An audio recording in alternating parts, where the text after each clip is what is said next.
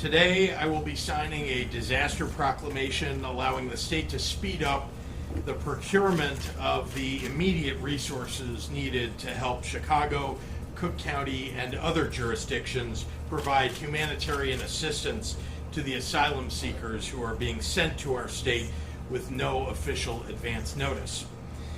At the request of our local partners, I'll also ask members of the National Guard to assist in the preparation of infrastructure and services needed to handle the incoming arrivals. The state of Illinois is doing everything in its power to support local jurisdictions to help ensure that the right tools and supports are in place as we move forward with this humanitarian response. Let me be clear, while other states may be treating these vulnerable families as pawns, here in Illinois we are treating them as people. And when a person comes urgently seeking help, here in Illinois we offer them a helping hand. It's who we are, and it's the right thing to do. I know that there are some who are grumbling and upset that hotels or motels in their communities are opening their doors to strangers in need, arguing that they received short notice. So let's talk about the challenges presented to the city of Chicago and to the state. Remember, the governor of the state of Texas is choosing not to notify the city or the state when he is sending busloads of families. The state government of Texas has been non-responsive when agencies like Human Services, Public Health, State Police, or Emergency Management reach out to them. We hear about buses arriving only through unofficial means. For example, from Texas nonprofit organizations on the ground that are attempting to help these migrants. And that's not because they're receiving any official notice from the state of Texas either. No, in many cases, it's because they've just literally watched the bus drive by. The NGOs don't know who is on the buses, and the governor of Texas is choosing not to tell them, or to tell Chicago how many people are on the buses before they arrive. They won't tell us how many infants, children, seniors, or families are on board. They won't tell us what route they take or when they will arrive. They won't provide any information that would actually help their fellow Americans welcome and care for these human beings. What the governor of Texas is doing is a stunt, and he's playing games with people's lives. We have tried to direct the buses to reception centers in Chicago that we have prepared for the arrivals. But the state of Texas instead chooses to send them to Union Station, dumping these human beings off in the dead of night. Once the arriving families are gathered up, city and state staff members work with expert nonprofit organizations like the state-funded Welcoming Centers, Catholic Charities, and Salvation Army to begin to triage and determine their immediate needs, prioritizing infants, children, seniors, and families. From the beginning, staff have worked day and night to find safe shelter and bring some sense of stability to vulnerable families after an arduous journey. Remember that all of these folks are in the U.S. seeking asylum as refugees, meaning they trekked thousands of miles away from their home countries, seeking protection from oppression, persecution, or serious human rights violations. It also means that they are here legally, while their asylum cases are being heard. When they're given permission to cross the southern border, U.S. Customs and Border Patrol conducts a series of screenings. First, biometric screenings, including facial scans and fingerprints so that they are cross-checked against terrorist watch lists and criminal databases. They're also undergoing an initial health screening there. Every one of the asylum seekers that arrives here receives a second health screening at a Chicago reception center to check for and help treat signs of illness, trauma, or injury, or the need for vaccinations or other care. Just as Illinois did when Afghan refugees arrived last year, we have existing grantees and contracts for places that house new immigrants. The difference is that we received notice weeks ahead of time of the Afghans' arrival.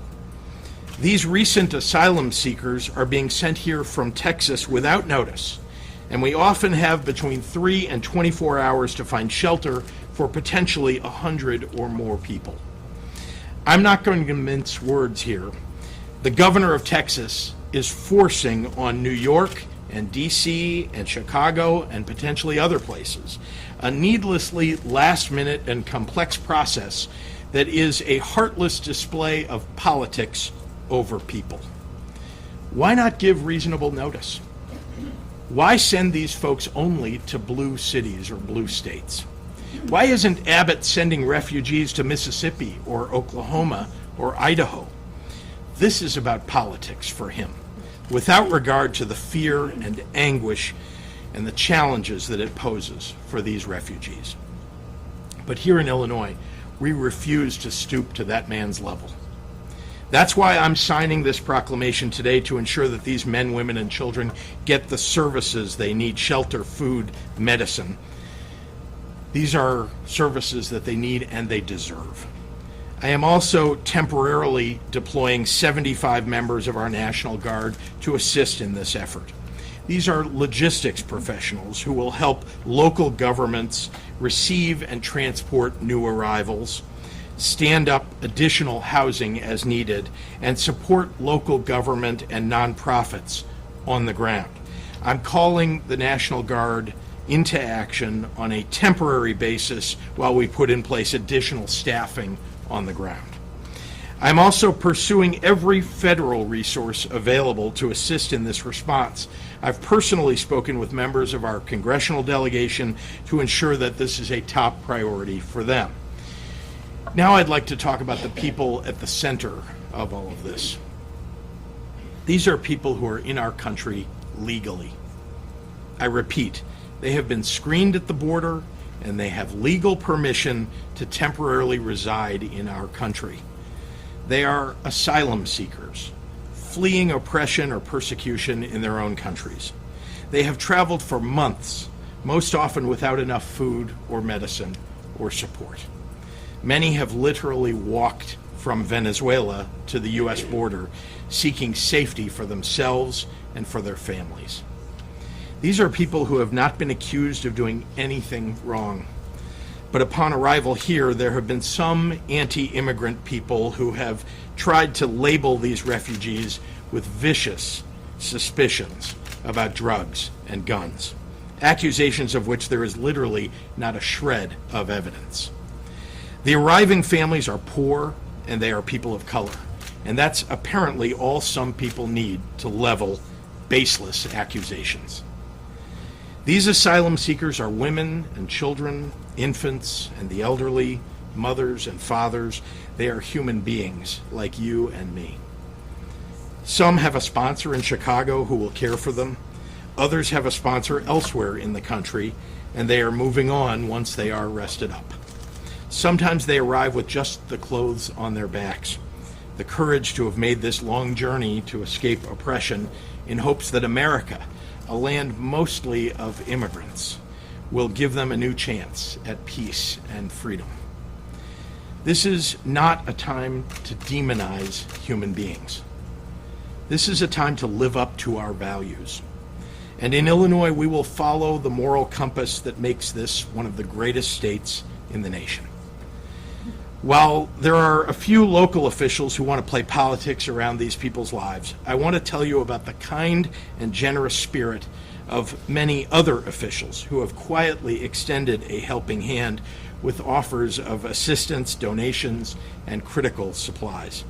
Leaders like Countryside Mayor Sean McDermott, who has welcomed families seeking refuge into his community. He represents the Illinois that I know, one we can all be proud of. Finally, to Governor Greg Abbott. Now is the time to stop trying to sow the seeds of chaos, to put aside politics and focus on human rights. Communicate with us. Have your state agencies call us back.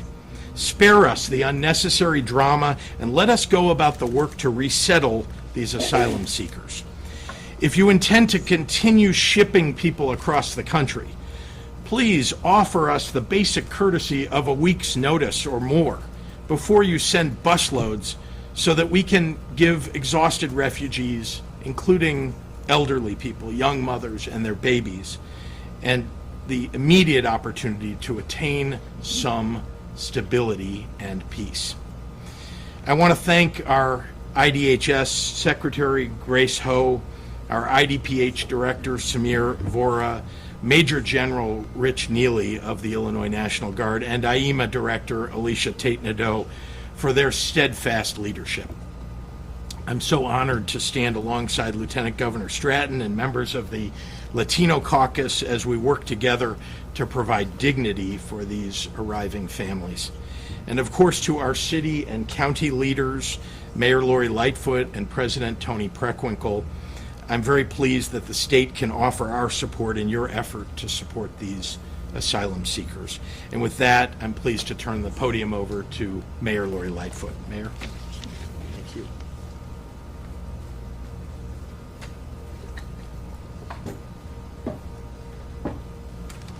This podium was clearly not made for someone who's vertically challenged like me, so. I just want to say this before I get into my prepared remarks. Governor, your leadership on this issue really is so critically important, and I'm so pleased to be working with you as a state leader. I have to say a special thanks to Secretary Ho. I have to say also to Deputy Governor Sal Flores, Madam President. Cook County has really been a tremendous partner in this work. A month ago, none of us thought that we'd be here, but I think the fact that the government at every level is working together in a coordinated fashion, and the unsung heroes who are working literally night and day, been on tireless calls to all hours of the night and day, that are at these facilities, literally sleeping there to make sure that the residents, that the migrants who are coming have the support that they need. I got to give a shout out to my team in the mayor's office, Nubia Willman, Rich Gaitis, Chief of Staff Sybil Madison, and so many others. This is what public service truly means. We are living our values. We're not just saying it and talking about it. We are living our values, and I am very, very proud of the work that's being done at all levels of government here to make sure that the words of welcoming state and the words of welcoming city have true meaning every single day. So I just have to thank all of you so incredibly much about what's happened. Let me give you a little bit of an update from the city perspective.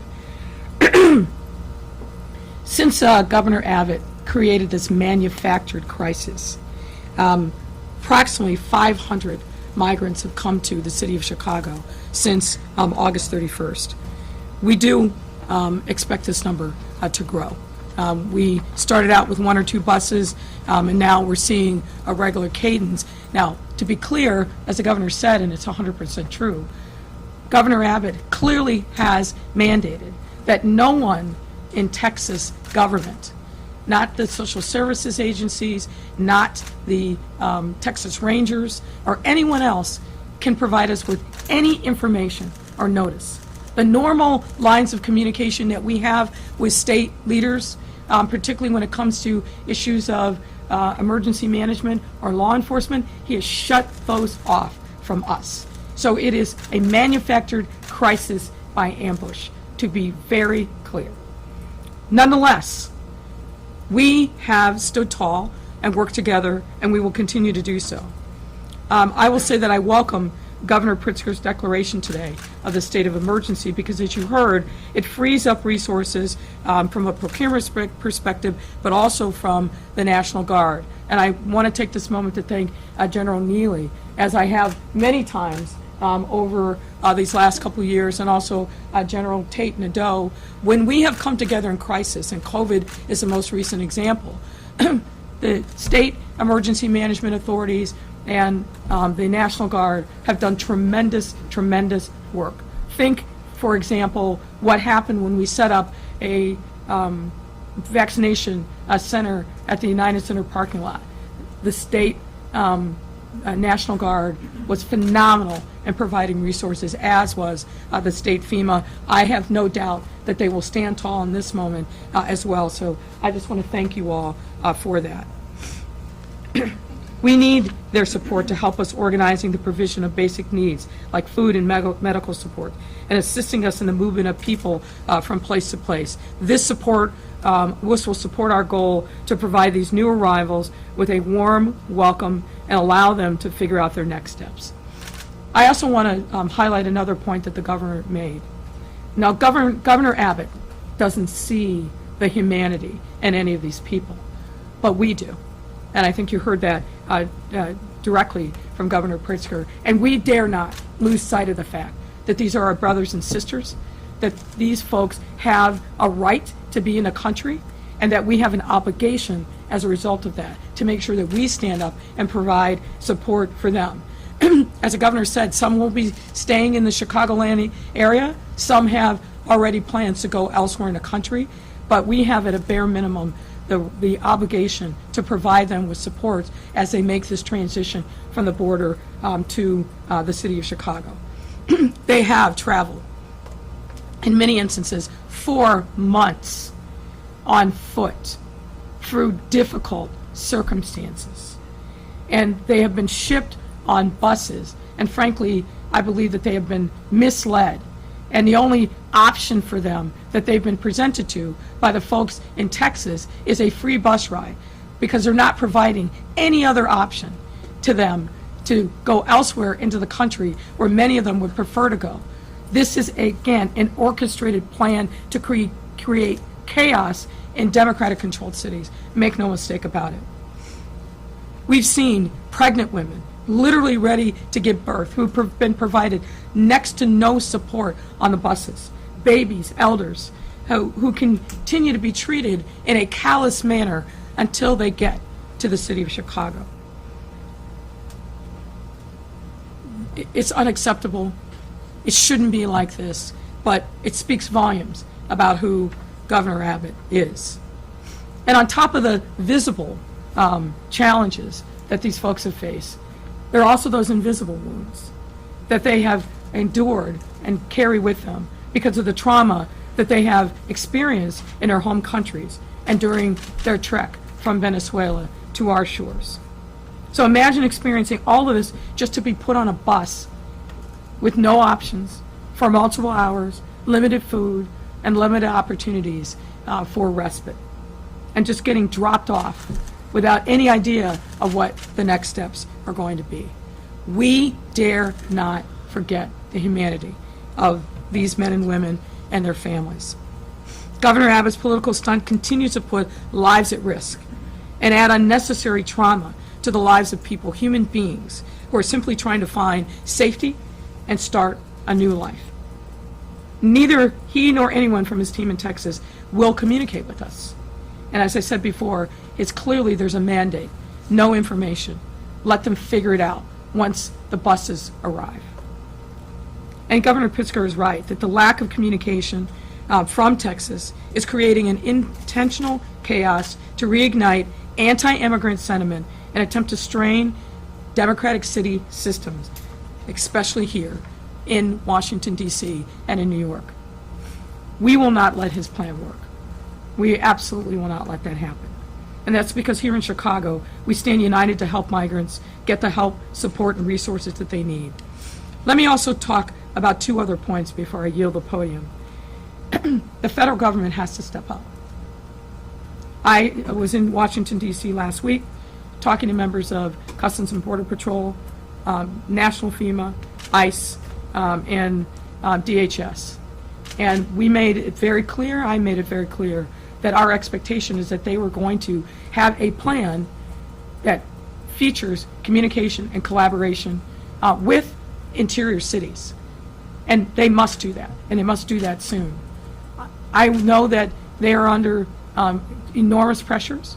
This is not a new challenge at the border, but this is a new challenge for us, and we need federal support, resources, communication and collaboration, and that has to come in short order.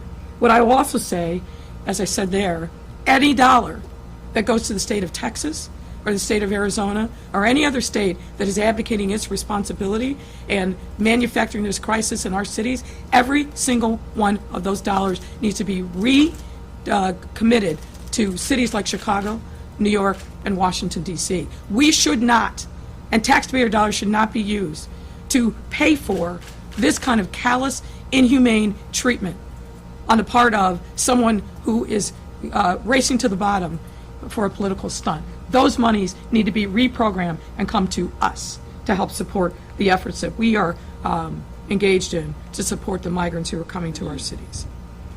I also want to make sure that we continue to talk to, as I have, with our suburban mayors and village town presidents. I think we've had some productive conversations over the last few days, and we need to make sure that they are in the loop. No mayor wants folks coming to their city without advance notice to be able to ask all the questions and frankly be in a position to answer the questions of their residents. That is right and it's fair, and we're going to do our part to make sure that happens. So I will just say this. Thank goodness we live in a state with leadership at all levels that recognizes that we must do this work. As a person of faith, I believe that we must see God's presence in all human beings, that we cannot pick and choose, that we are all God's children, and we are all in different circumstances in the arc of our life, but for those who are vulnerable, who need our help, we must be there for them. That's what being a good Christian is. So Governor Abbott makes lots of proclamations about his faith and who he is. What he is doing is not in keeping with what I know of Christianity, what I know of being a person of faith. It is not. And you've seen that the actions have been denounced by lots of different religious leaders, and rightfully so. But once again, I just want to say thank you. Thanks to all the team at all levels that is doing incredible work to help support these residents in a time of need.